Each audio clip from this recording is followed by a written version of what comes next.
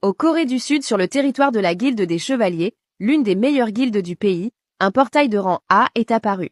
Selon eux, ce portail présente un danger potentiel, sa proximité avec un portail de rang S exigerait la présence d'au moins un chasseur de rang S pour le sécuriser.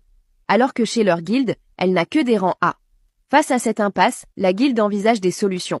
Former une alliance avec une autre guilde.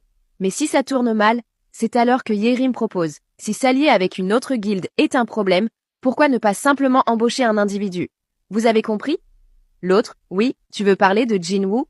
Ils sont alors à la recherche de Sung Jinwoo pour lui demander de les aider.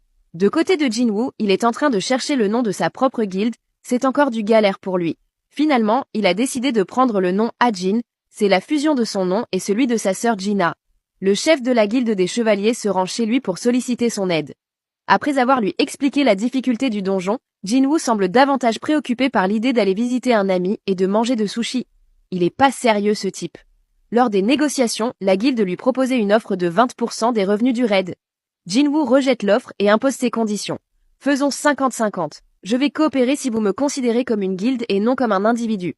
Le nom de notre guilde est Ajin. Le chef tente de marchander, mais Jinwoo est catégorique. Je n'essaye pas de négocier avec la guilde des chevaliers. C'est à prendre ou à laisser. Alors l'affaire est close. La condition du raid, c'est que Jinwoo va juste s'occuper du boss du donjon. Le jour du raid, tous les chasseurs de la guilde des chevaliers sont déjà prêts, ils attendent Jinwoo. Le chef s'impatiente. Le lieu est éloigné, et il doute de sa ponctualité. Mais ce qu'il ignore, c'est que Jinwoo a déjà mis une ombre avec eux et il va juste se téléporter. Échange d'ombre. En même moment, à l'école de la sœur de Jinwoo, les élèves découvrent un portail fermé, jugé inoffensif. Soudain, un monstre en surgit et s'empare de l'élève le plus proche. Et la panique s'installe. C'est donc la fin du chapitre 116. Quel suspense! Que fera Jinwoo face au boss? Et comment Jin-A survivra-t-elle à cette menace? Like, commentez, et abonnez-vous pour ne rien manquer de la suite. Merci.